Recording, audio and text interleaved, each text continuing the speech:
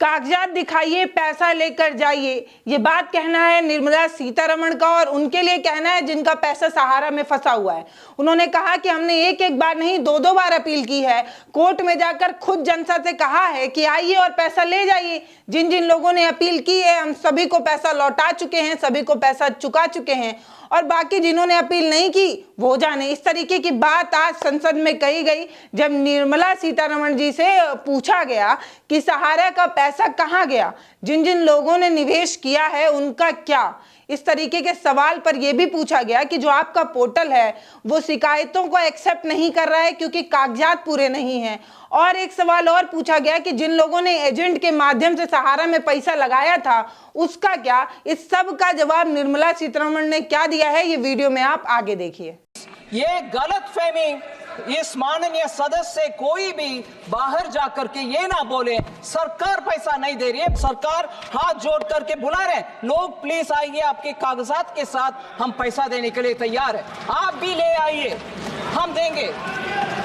But I just want to dispel this thought that government of India is not doing anything. We are constantly reporting to the Supreme Court. 3 panels of retired Supreme Court judges are monitoring us. तो जनता का वो वाला fraud जिस पर सबसे ज्यादा लोग चिंतित हैं, अपनी गारी मेहनत की कमाई सहारा कंपनी को दिया गया था। सहारा फ्रॉड जो है वो आप सभी को पता है।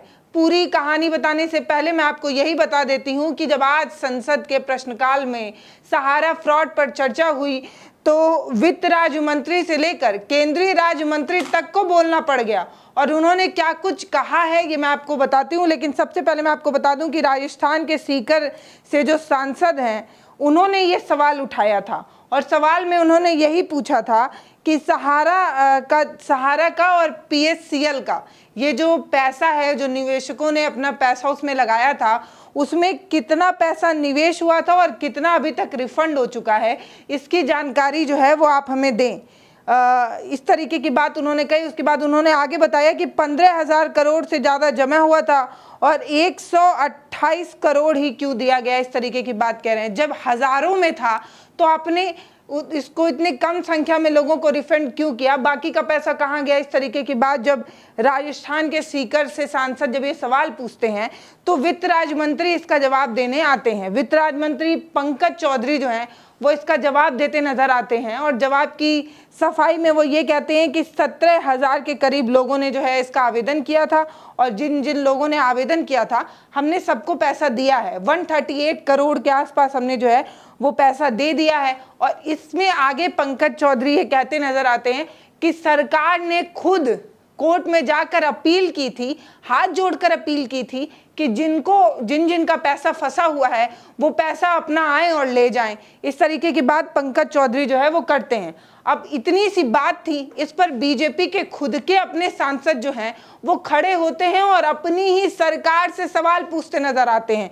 बीजेपी के जो मध्य प्रदेश के सतना के सांसद हैं गणेश सिंह, वो सवाल पूछते हैं और ये कहते हैं कि बताइए अभी तक आपने कितना पैसा किसको रिफंड किया है, इसका जवाब जो है हमको आप दीजिए। और आप जो बात बता रहे हैं महोदय, उसमें बहुत से लोग ऐसे हैं जिनका पैसा उनको नहीं मिल पा रहा है। इसका कारण ये है कि उनके पास कागजात नहीं है और जो पोर्टल आपने बनाया है वो सिर्फ उन्हीं लोगों को ले रहा है जिनके पास कागजात हैं। बहुत से लोग ऐसे हैं जो किसी के माध्यम से जो है वो उसमें जुड़े हुए, उन्होंने एजेंट का नाम लिया कि बहुत से लोग ऐसे हैं जो एजेंट के माध्यम से निवेश किए हैं। उन लोगों का क्या, उनके पास तो कागजात है नहीं, तो उन लोगों के लिए सरकार क्या करने वाली है, उन लोगों के लिए सरकार क्या कोई नया नियम लाएगी, क्या कुछ करेगी सरकार, इसका जवाब दीजिए। और फिर वो ये भी कहते हैं कि जो आप कागजात की बात कह रहे हैं उस कागजात में भी बहुत सारे लोगों को रिफंड नहीं हो पा रहा है। तो खुद के सांसद जब इस तरीके का सवाल पूछ देते हैं तो अब जवाब देने के लिए केंद्रीय वित्त मंत्री जो है वो खड़ी होती है निर्मला सीतारमण।